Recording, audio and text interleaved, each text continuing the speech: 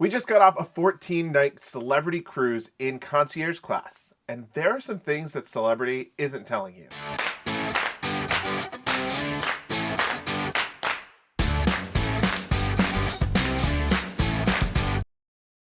Hey everyone, what's up? My name is Jordan. And I'm Jared. And this is JJ Cruise. Thank you so much for clicking into the video today. Today we're talking all about Concierge Class. Now we've done Concierge Class multiple times and we've had a number of different experiences, but these are things that we wish we knew before we ever step foot on a Celebrity cruise. And by the end, we're going to tell you if we believe Concierge Class is worth it for booking your next cruise. Before we get into any of it, please, we invite you to subscribe to the channel. We are so close to hitting our goal of 50,000 subscribers, and you can be the part that makes the difference to hit 50K. And while you're at it, hit that thumbs up. So today we're going to walk you through all things Concierge Class. We're going to talk about the amenities that they offer you, the different things that you get to do on board, really what is the purpose of Concierge Class, and then like Jared said, we're going to tell you if we believe that it's worth it or not. We've done it several times now, and I think that we finally have a very formulated opinion about this type of concierge cabin.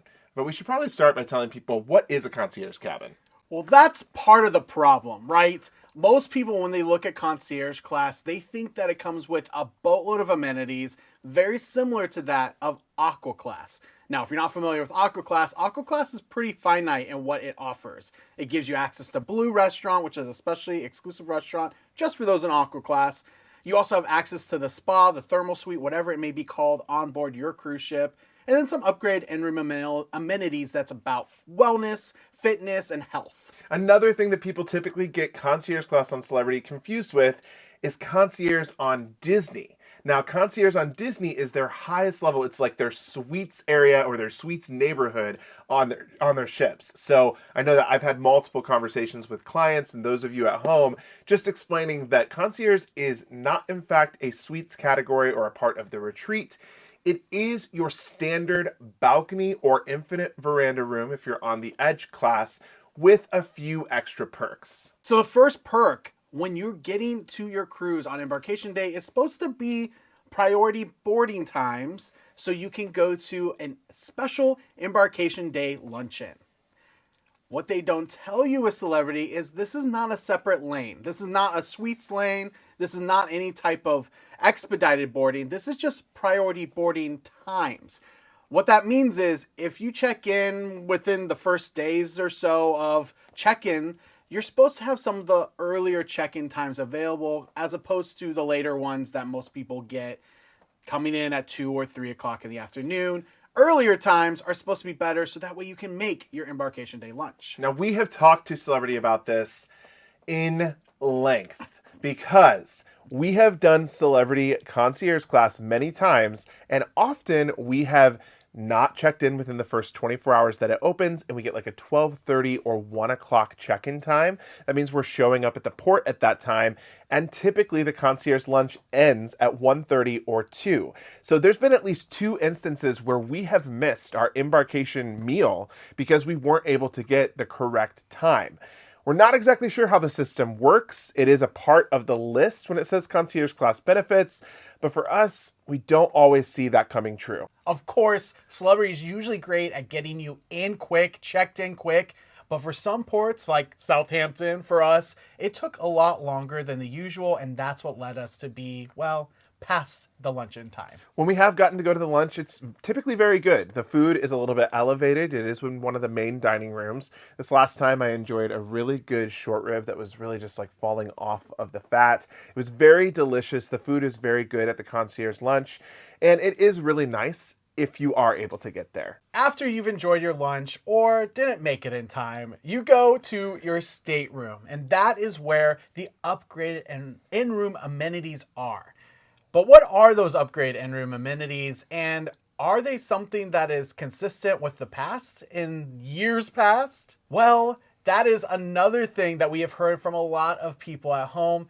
There are no more canapes. There are no bottles of sparkling wine. Some of these things that are amenities that have been in Concierge Class for a while, but where are they? We're going to debunk this because we've heard from a lot of you that those just don't exist anymore. As a matter of fact, they do. But what Celebrity does not tell you is that now you have to request them.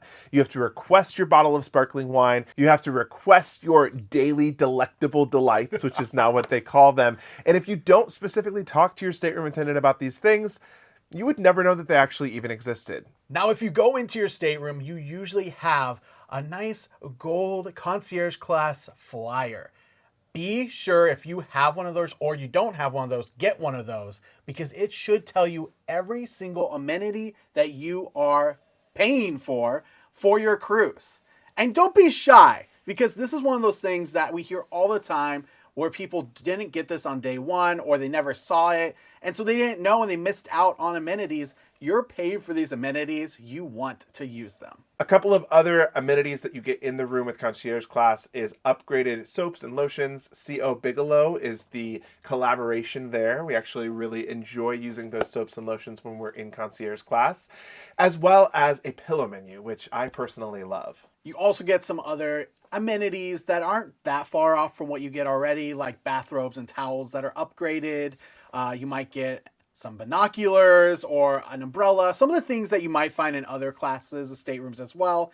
But in the end, those are the main amenities. One of the big things that people look for in Concierge Class is the dedicated concierge. This is, of course, the people or the separate office from guest services that you can go to address any of your concerns. So you don't have to stand in that long guest services line, especially, on embark day and debark day, that line can be outrageous. But what Celebrity will not tell you is that those 2 or 3 concierges are taking care of anywhere from 50 to 80 people. And we have personally found them very difficult to get a hold of. In fact, I was rolling my eyes when Jordan said not wait in the long line at guest services, because to be honest with you, we have had shorter lines at guest services on embarkation day than that of the concierge team. This is a big problem for Celebrity Cruises, and as much as we love the brand, they don't have enough workforce for concierge for the amount of people. Why is that? Because the people that book concierge class a lot of times have a lot of interest and want everything booked for them that day. What comes with that is long wait times, long lines, and unfortunately just really overworked concierge team members. And the worst part about it is if you don't get in there soon enough, the events book up. Events, yes. Being in Concierge Class also allows you the opportunity to be a part of some exclusive events on board. During our 14-night sailing, there was things like a slot tournament, a destination seminar, and a really awesome tour of the kitchen. Yeah, the galley tour looks incredible, but these are limited spaces. You have to RSVP in advance, and they give you an option to go in person or call on the phone. But the problem is when you only have 1 or 2 people working, those people aren't answering the phone. So even if you leave a voicemail, by the time they get to your voice messages, these are completely booked up. You have to reach either a person on the phone day one or go and stand in the line to talk to the concierge to book these events on the first day. Do not just call and leave a voicemail expecting that they will call you back and say, here are your tickets. Congratulations. You're going to get to see behind the scenes kitchen. Because unfortunately, there was a lot of disappointed people on our sailing that did not get that because Celebrity doesn't tell you, books up immediately. In addition to the services that the concierge team gives you, you also do have a few other services. For example, complimentary shoe shine service. There's also a little bit of a change in the breakfast menu for concierge class for room service. And lastly, a private debarkation lounge. So just a nice place to separate yourself from the rest of the pack, I guess, and have coffee or whatever it is that you want while waiting to de-embark. There is one section, though, or perk of going in concierge class that we find is the most valuable to us, and we know for a lot of our clients at home, it's the most valuable to you, and that is the points per night. Instead of staying in a traditional veranda, when you stay in concierge class for a concierge class veranda, you don't get 3 points per night, you get 5 Captain Club points per night. And Jared and I are a little bit of point chasing at the moment, and so for us, we stay in concierge specifically for those points. Just to put things in perspective here, our 14-night cruise in a veranda would have been 42 points. This is all for Captain's Club for Celebrity Cruises loyalty program versus what we received and practically the same stateroom, which was 70 points. Yes, you heard it right. That is 28 more points for our cruises, which I think is a really good amount for one cruise. So we said that we were going to answer this question. Is Concierge Class worth it? Well, we have a little bit of a very specific answer. For us, we say Concierge Class is worth it only if it is $200 per person more expensive to do than a veranda cabin. If it goes over that $400 mark for the two of us, we won't do it. We'll do a veranda because we feel like that's about the value with what you get along with the points that you're given. That being said, it is completely dependent on what's valuable to you. We know there are so many people that book it for the points, similarly to us, but there's also people that book it for the actual concierge service. For example, you could get some additional restaurant times for specialty dining, a little bit easier of booking through a concierge that way. Maybe you're someone that just has a lot of need for someone throughout the entire cruise to talk to, whether it be about Wi-Fi or anything else that's regarding to your stay on board. These are the things that we don't use a lot, so it doesn't have a lot of value to us. But someone out there, it might have more value. We also don't usually drink the Blanc de Blanc sparkling wine. So these small little add-ons don't really add value to us. That is why we have the valuation we have. But we want to hear from you. What is your valuation of Concierge Class? Have you done it before? Have you had wants to go in Concierge Class? How much more would you spend to go on a Concierge Class cabin? Let us know in the comments below. Would you do concierge or have you done concierge, and what has your experience been? Have you had similar experiences to us? Have you found the concierge difficult to get a hold of? Let us know and let's get a good, healthy discussion going on in the comments below. Well, thank you so much for watching. Again, on your way out, if you could hit the subscribe button and the like button. And until next time, see ya! Change